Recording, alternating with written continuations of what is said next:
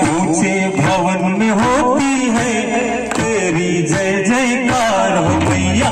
ऊंचे भवन में होती है तेरी जय जयकार हो मैया। धरती गगन में होती है तेरी जय जयकार हो मैया।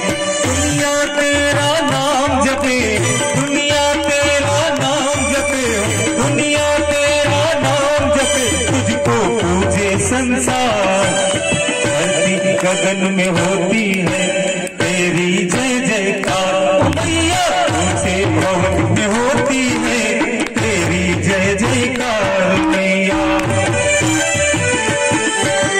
दुनिया तेरा नाम जपे, दुनिया तेरा नाम जपे, दुनिया तेरा नाम जपे। ज्योतिष के सिद्धांत कोई आसमान से नहीं आए हैं। हमारी व्यवहार की जो जीवन शैली है उसी को सुधारने के लिए।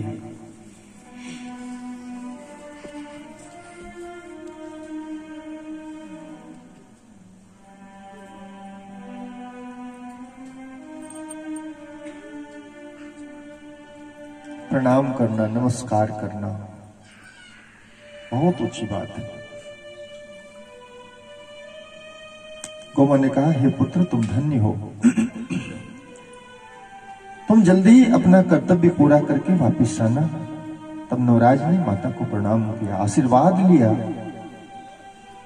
और अपनी पत्नी को भी बातचीत करके समझा बुझा करके पिताजी की खोज के लिए निकल पड़ा।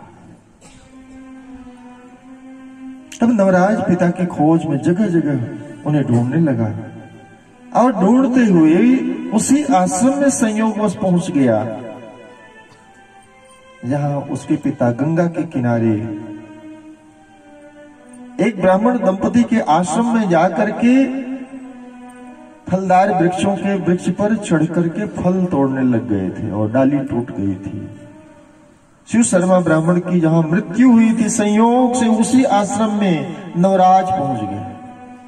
पिता को खोजते खोजते गंगा के किनारे नवराज ने अपना परिचय दिया और आने का कारण बताया। तो गंगा के किनारे उस आश्रम में रहने वाले वृद्ध दंपति ने बताया कि बहुत समय पहले तुम्हारे पिता शिव शर्मा यहाँ आए थे। क्योंकि आपने कथा में सुनी कल, शिव शर्मा जब इस ब्राह्मण दंपति के आश्रम में गए थे तो उन्होंने अपना परिचय दिया था कि मेरा नाम शिव शर्मा है, मैं चंद्र ज्योति नगर से आया हूं।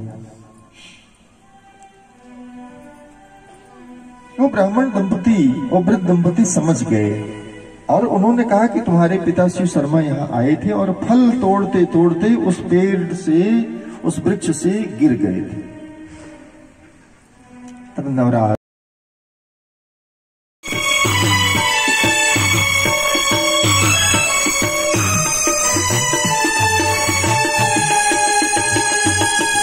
तूने मुझे बुलाया तेरा वाली, मैं आया शेरा वालिए। ओ तूने मुझे बुलाया शेरा वालिए, मैं आया शेरा वालिए।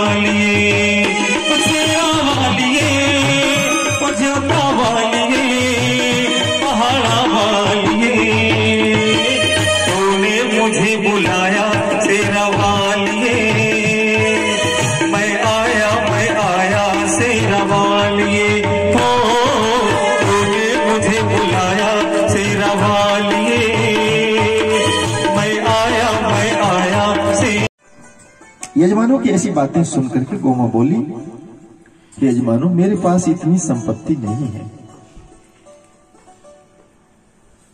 कि मैं पुत्र की शादी कर सकूं। जिस ब्राह्मण की आप बात करें, जिस कन्या की बात करें, वो बहुत ऊंचे कुल के लोग हैं, बहुत श्रीमान लोग हैं, धनी मानी लोग हैं, ऐश्वर्यवान लोग हैं। उनका उठना बैठना, उनकी जीवन शैली बड़ा मुश्किल होगा। हमारे घर में कुछ नहीं है, हम विवाह कैसे करेंगे? एक श्रेष्ठ कुल की कन्या को हम कैसे यहां स्थान देंगे इस झोपड़ी में?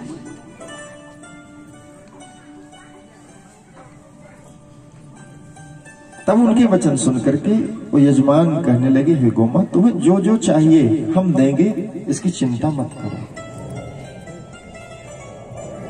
गांव के लोगों ने कहा, तुम चिंता मत करो,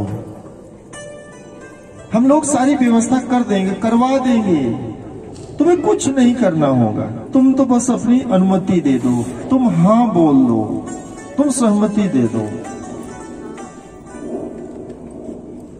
गोमा प्रसन्न हो गई, उसने अनुमति दे दी। विवाह का दिन निश्चित हो गया और उस तूने मुझे बुलाया शेरवाली, मैं आया शेरवाली।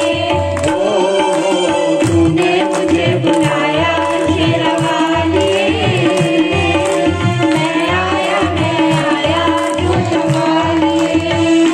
ओ जोतवाली, शेरवाली, ओ मेरा वाली। तूने मुझे बुलाया शेरवाली, मैं आया जोतवाली। ये सकाम भक्ति है। अपनी कामना जो भी है आप प्रकट करें। उसके बाद अर्घ्य देना चाहिए, फिर स्वस्थानी माता जी के स्वरूप का ध्यान करना चाहिए। और वह ध्यान किस प्रकार है आप सभी जानते हैं। सोने के वर्ण जैसी उज्जवल वर्ण वाली, 3 नेत्रों वाली भगवती स्वस्थानी माता के 3 नेत्र, कमल सदृश मुख वाली, जिसका मुखमंडल कमल जैसा है, सुंदर, और सिंहासन पर बैठी हुई, सारे अलंकारों से विभूषित, 4 भुजाओं वाली। बाईं ओर के नीचे के हाथ में जिनके नील कमल है, और दाहिनी ओर के नीचे वाले हाथ में जो वरद मुद्रा में है, जो वरदान दे रही हैं, जो आश्वासन आपको दे रही हैं, डरो मत, भयभीत मत हो, अधीर मत हो, घबराओ मत। बाईं ओर के नीचे वाले हाथ में नीलकमल है, दाहिनी ओर के नीचे वाले हाथ जो वरद मुद्रा में है, बाईं ओर के ऊपर के हाथ में जिनके खड्ग है, और दाहिनी ओर के ऊपर के हाथ में जिन्होंने शर्म धारण किया हुआ है। ऐसी भगवान शिव की महाशक्ति, महादेवी, जगत की ईश्वरी